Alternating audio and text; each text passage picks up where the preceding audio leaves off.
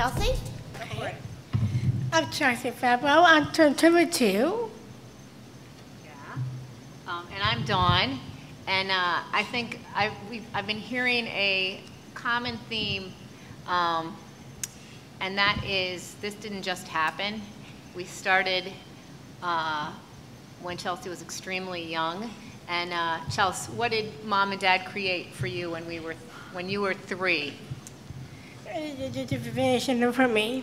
We had a vision, and John, actually, Chelsea's our first child.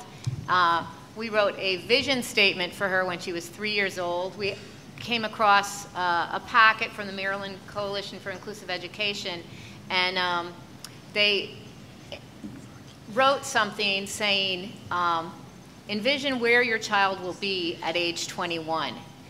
And she's 3 years old, and we're looking at her, and we have no clue. And we have no clue of parenting in general. And then they laid out 6 points, and John and I thought about it all. We wrote it all down. The first question was, envision the home environment. Where will your child live? Who will your child live with? What will your child be able to do in that home? And the second one was the work environment. Where will your child work? What will your child be employed as? What will your child's responsibilities on the job be? The third was community environment. What places within the community will your child participate in? And what will those activities be? What social events will your child participate in? The fourth was, I hope that my child will develop relationships with. The fifth was, I would also like my child to. The sixth, I think that my child will probably need the following supports and environmental modifications. So we took the time when she was just 3 years old and plotted all that down and created a vision statement for her and a dream that John and I had for her that we hoped one day she would take over and create her own dream out of, and it has happened. But it was all very purposeful stuff. So the way we educated her had to follow what our vision was. There were plenty of times where we had steam coming out of our ears and did not know what direction to go in, and we would go back to the vision statement and say, if we want her to get somewhere by age 21, let's remind ourselves this is what our goal was for her, this is how she's going to get there.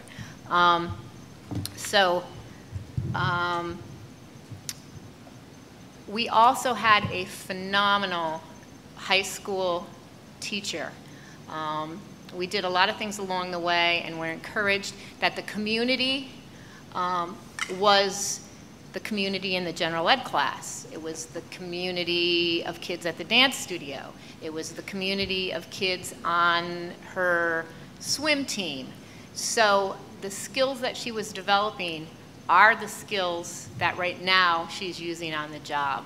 Her social skill development, every little piece of that, it's pretty amazing now, because it was like this big question mark, who will she be at 21? And at 22, she's gone way above and beyond what we envisioned.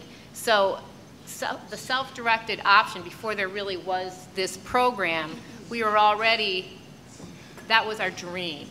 And so when the program was created, it's like, well, this just fits right into our dream.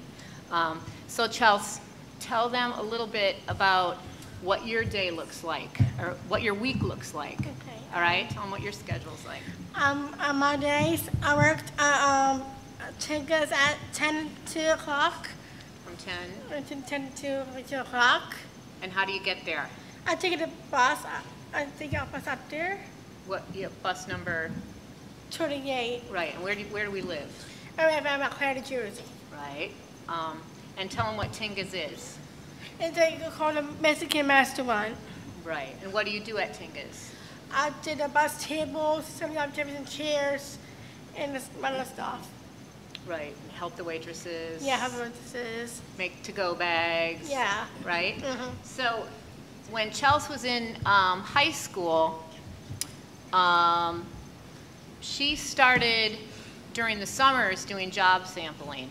And tell them a little bit about some of the jobs that you probably know this better than I. Some of the jobs that you had, that you job sampled. You want to tell them? Yeah.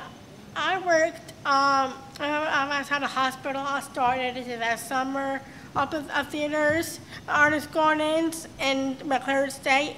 McClure Public Library. Yes, I started at McClure State at Pool, Michigan, Tinga restaurant, and a Gap. Right. So as the year, we did just what a typical kid does, you know? It's like we started out job sampling in her freshman, sophomore, maybe junior year. It was just during the summer. We did what our strengths are. And I have a family of athletes. Her sister both of her sisters played soccer, and my husband's a marathoner. And you take what it is that you're all about, and you learn who you are by that. So, Chelsea, tell them about your high school sports experience. I played soccer, basketball for years. Right. And how about swimming? I'm swimming, and because I have my coaches there. Yep. Her swim coach is with us right now, and she's part of our story too. But so a lot of Chelsea's transition to adult life experience and skills that she learned, I can't tell you how much she got out of sports teams. She learned how to use her cell phone from her peers on the buses coming home. You know, all of them pull out their cell phones, call their mom. We're in this corner. We're going to be at high school. You have to come pick us up. She followed suit. So all of those things that every kid does, Chelsea modeled from her teammates. And I think what we've said a million times, like why we have to start so often, and you learn 10% and then 20%, and then kids with disabilities, as we know. The repeated instruction, why you have to start at age 3 for all this. The repeated instruction, the repeated instruction, the repeated instruction. So by age 22, those skills are just totally embedded in who you are. Chelsea does, so go on and tell a little bit about your week, and I'm going to ask you some more questions. Okay, my teaching coaches give me, if you're shopping, swimming, and softball class, a ticket. A Zumba class? Zumba class. That's on Tuesdays, that's on right? Tuesdays. We're going to start that. And Thursdays some too.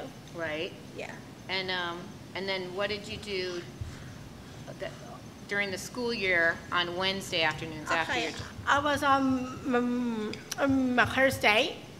And what Montclair State has a program, actually a lot of schools do, the Bonner program, which is the community service program and leadership development for college students, and Chelsea participated in the Bonner program up at Montclair State. We started out with an agency, and Chelsea had 2 jobs, and actually another thing that's so important is to start, if you can start that job before you transition out of your school system. Chelsea worked at Tinga's probably for at least maybe a year and a half and was paid already before age 21 for that job. She also picked up a second job at the Gap, and it was great. However, the Gap is sort of struggling right now, and she does not have consistent hours, so that's created a bit of a hole. And so Chelsea doesn't need any support at her job at Tinga. She does not have a one-on-one staff. We worked through that. The Gap, she maybe every 6 weeks she works there, so it's not enough. It's not what we envisioned.